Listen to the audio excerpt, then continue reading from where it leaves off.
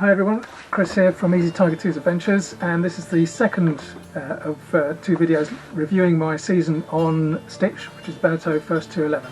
So if you watched the last video, I summarised our less than glorious racing exploits, and this time I'm going to do a proper kind of review of the boat.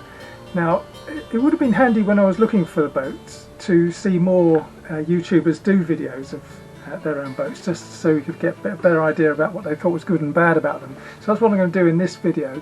So if you are trying to buy a little boat like this, hopefully this video will be useful for you. So I'm going to talk about the boat. Bottom line, just before we start, is I'm still happy with the boat, so I'm still going to keep it. I'm not going to sell it or anything like that, and I have plans for it for next year, which I'll talk about at the end. But the first year with it hasn't been entirely trouble-free. There have been things that have gone wrong. There's been things which have not been as good as they could have been, and I'm going to tell you a little bit about those as we go through the video. That's what it's going to be, a review of the Beneteau First 211. And all good reviews should start off with some basic facts about the boat concerned. So this is about the Beneteau's First 211, which is a 21-foot lifting keel cruiser racer, I guess is what you'd call it. And it was first introduced in 1998, although it was itself a development of the First 210, which came out as early as 1992. And the hull's been used ever since. It was only discontinued in the mid-2010s. It started off being a fairly basic interior. It then got a little bit tarted up for the 211, and then in 2005 Beneteau released the 21.7 rather, which had these oval windows and slightly nicer interior. And then about 7 or 8 years later it introduced the First 20, which again has the same hull, although this time it has a backstayless rig and slightly shorter mast and a mainsail with a sort of racy looking roach. And it was discontinued in the middle of the teens, so it had quite a long run for a hull, and it was one of Beneteau's best sellers, selling nearly 3,000 boats overall, which is quite a lot of boats really. Okay, these tables of basic dimensions, etc., I'm not going to read these out. You can stop the video if you want to take these in. But I will point you to this performance indicator of the sail area by displacement of 19.38, which puts the boat up at the racier end of things. So for a boat of this size, it's a high-performing boat. And that's one of the reasons why I got it in the first place. To the first issue. Now the issues are not listed in any order of significance here, but just what came to me first. So the Beneteau First 211 and its sisters have twin rudders, which is great because that means the boats can heel over quite a long way and the rudders still grip. So that's all good. But the problem is that the rudders slide up and down in these kind of cassettes, and if you move them up and down a lot, it takes the anti-foul off them. So you end up scratching the rudders quite a lot if you move them up and down, partly to do with them corroding, the holders corroding, and then little notches on them ending up scratching your rudders. The other thing about the rudders is that the rudders themselves have delaminated. Now I think this is because the previous owner allowed the boat to dry out with the rudders still down. Now I don't know whether that's true or not, but it has led to them having these little cracks in them, which meant taking the things all to bits and scraping everything off, filling these things out and sticking it all back together again. A pain in the neck, a lot of work really in the end, but it is something I have to keep my eye on. On to number 2 then, lack of privacy. Now anybody who buys a small boat can't expect to have lots of privacy, and there's really none at all in this kind of boat. The porta potty is kept under the forepeak, and if you need to use it, you've got to dig it out and sit in front of your friends and do your business. So not the best if you are of a sensitive nature. Right, next up is the anchoring arrangements, or rather the lack of an easy one.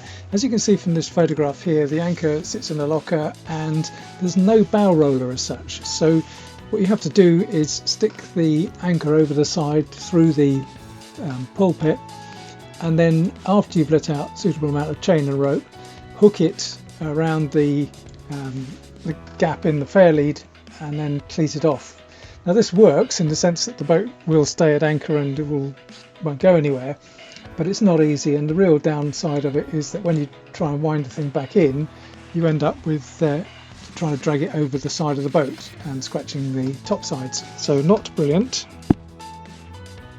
If you've been following the channel, you'll know that earlier in the year we had a bit of a problem on the boat when the outboard motor fell off the back when the bracket broke, and this got me looking at that system in some greater detail.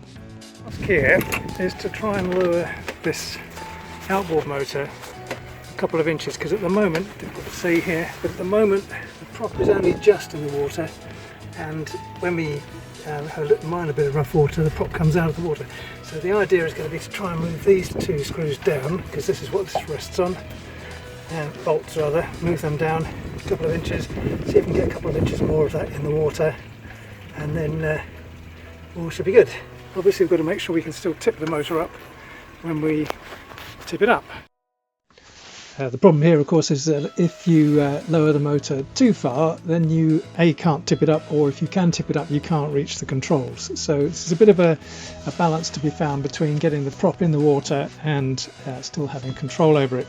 So it could be slightly better laid out, in my opinion anyway. Right, number 6, there isn't a topping lift on these boats, so if you want to keep the boom off the deck, you're going to have to use the main halyard when you leave it in harbour, and rely on the lazy jack bag whilst you are trying to hoist and lower the sail. This isn't great for the lazy jack bag, being under tension, holding the boom up, and indeed some people who race these things just accept that the boom is going to come down into the cockpit and live with that. But it would have been nice if there was a topping lift, but there isn't one, so just be aware of that. It does put a lot of strain on the lazy jack bag itself. Okay, enough of the negative stuff. Now I'm going to talk about some of the things which I think are really rather good on the boat, and starting first of all with the companionway hatch, which kind of flips up like this and gives you plenty of space to stand upright when you are in the boat, which is pretty good. Obviously without that you would be crouching or having to sit down all the time, so having some way of giving yourself some standing headroom is really rather good on a small boat, so thumbs up for that one. Okay, having said the rudders were a problem when I was listing the bad stuff, they are actually one of the really good things about this design of boat. As you can see in this picture, you can have the boat heeled over quite a long way, and the one of the rudders will always be dug deep into the water.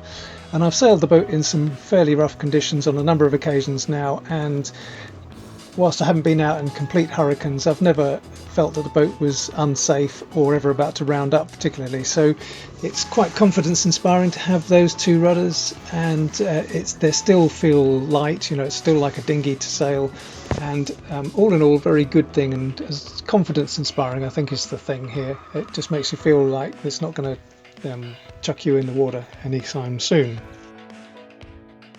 Right, one nice little feature is this slide out table. It sits underneath the cockpit floor.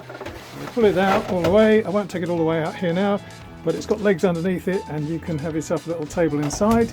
It also goes outside into the cockpit if you want to in the summer. It's got legs on it, as you can see. Very nice little design. Good little thing.